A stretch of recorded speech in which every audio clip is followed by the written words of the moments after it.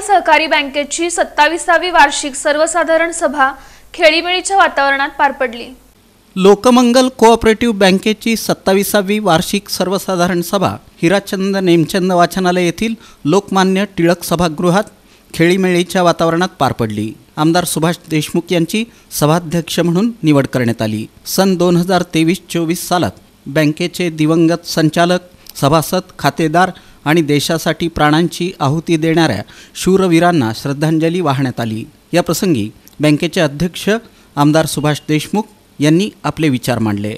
अहवाल वर्षात बँकेच्या ठेवी 553 कोटी, कर्ज 343 कोटी, बँकेचा CRAR 17.61%, निव्वळ NPA 4.53%, तर बँकेला ऑडिट वर्ग अ मिळालेला असून निव्वळ नफा 3,90,00,000 इतका झालेला आहे। तसंच सभासदांच्या गुणवंत पाल्यांचाही सत्कार करण्यात आला। या 27व्या वार्षिक सर्वसाधारण सभेला बँकेचे उपाध्यक्ष प्रदीप नागणे, देवानंद चिलवंत, सतीश लामकाने, जॉन चोप्रा, अनंता चव्हाण, प्रल्हाद कांबळे, नरेंद्र काटीकर, निलेश पटेल, जितेंद्र नाईक, सिद्धार्थ सरजे, अशोक सापटणेकर, उज्ज्वला चेळेकर, शीतल कोकाटे, विजय कुलकर्णी, अभिजित टाकळीकर, बँकेचे मुख्य कार्यकारी अधिकारी राजेश सिंह बायस तसंच बँकेचे इतर अधिकारी कर्मचारी उपस्थित होते।